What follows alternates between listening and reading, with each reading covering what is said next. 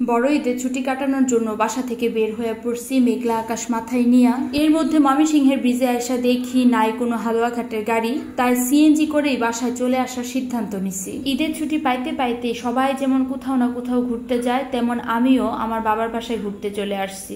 ঘুরতে যাইতে তো মজাই লাগে, তবে সকাল সকাল যে ঘুম থেকে উঠার একটা প্যারা, সেটাই আসলে ভালো লাগে না। তো যাই হোক, উঠেছি সকাল 6:45টার সময়। উঠে নিজেও রেডি হলাম, বাচ্চাদেরকেও রেডি করে ফেললাম, আর সাথে সাথে আমার হাজবেন্ড একটা অটো নিয়ে আসলো। আমরা সবাই অটোতে বসে পড়েছি। সকালবেলার ওয়েদারটা খুবই ঠান্ডা ঠান্ডা থাকে, তাই সবসময় সকালবেলায় আমি রওনা দেওয়ার চেষ্টা করি। এর মধ্যে ময়মনসিংহের ব্রিজে এসে দেখি হালুয়াঘাটের কোনো একটা বাস নাই, না আছে শ্যামলী বাংলা, না আছে ইমাম। তো কি আর করা, 1.5 ঘন্টা ব্রিজে দাঁড়িয়ে থাকার পর ডিসিশন হলো যে আমরা সিএনজি দিয়েই বাসায় আসবো। তো আমার হাজবেন্ড আর আমার ছোট ভাই একটা সিএনজি রিজার্ভ করে ফেলেছে ময়মনসিংহ টু হালুয়াঘাট, একদম বাসার সামনে। আর আমরা সিএনজিতে উঠেও পড়েছি। আর চারিপাশের ওয়েদারটা একদম ঠান্ডা ঠান্ডা, মানে বৃষ্টি কিছুক্ষণ আগেই মনে হয়েছিল। আর কয়েকদিন ধরেই তো যা বৃষ্টি হচ্ছে তা তো আর বলার বাইরে। চারিপাশে একদম সবুজ আর সবুজ। তবে রাস্তায় যেতে যেতে দেখলাম যে আকাশটা আবার মেঘলা করে আসছে, বৃষ্টি নামে নামে এমন একটা অবস্থা। তবে রাস্তার ভিউগুলো ছিল একদম অসম্ভব সুন্দর।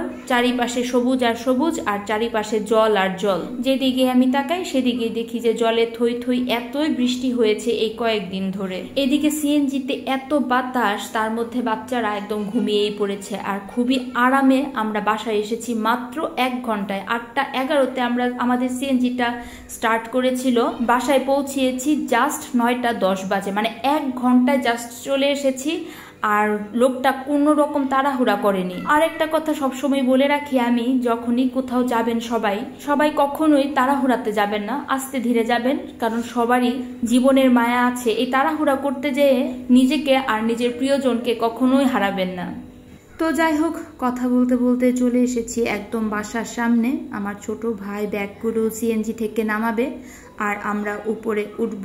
উপরে উঠেই দেখি মা সকালের পূজা করছে ঠাকুর ঘরে। আর আমার ছোট 2 মেয়ে মার সাথে দেখা করলো। তারা তো ভীষণ খুশি, তারা চলে এসেছে তাদের মামার বাড়ি আর আমার শ্রেষ্ঠার দিদুর বাড়ি। দিদুর বাড়ির নাম শুনলেই শ্রেষ্ঠা একদম অনেক খুশি হয়ে যায়। আর এদিকে আসতে আসতেই বাবা দেখলাম ছিল না, বাসায় বাজারে গিয়েছিল। আর এসেই আমার 2 মেয়েকে আদর করে দিল, কুলে নিল। আর মা আগের দিন কাঁঠালের বড়া করেছিল, আর বাবা রাতের বেলায় সেই কাঁঠালের বড়াগুলোকে একটা কাগজের মধ্যে মুড়িয়ে রেখে দিয়েছিল এক্সট্রা তেলগুলো উঠানোর জন্য। আমি খুবই পছন্দ করি কাঁঠালের বড়া, তো বাবা এই কাঁঠালের বড়াগুলোকে কাগজে র্যাপ করে রেখে দিয়েছিল যাতে এক্সট্রা তেলগুলো বের হয়ে যায়। আর এদিকে আমার ছোট ভাই নাস্তা নিয়ে চলে এসেছে, ডাল রুটি। আর এদিকে মা চাও করে ফেলেছে, বাচ্চাদেরকেও খাইয়ে দিলাম, আমি নিজেও খেলাম।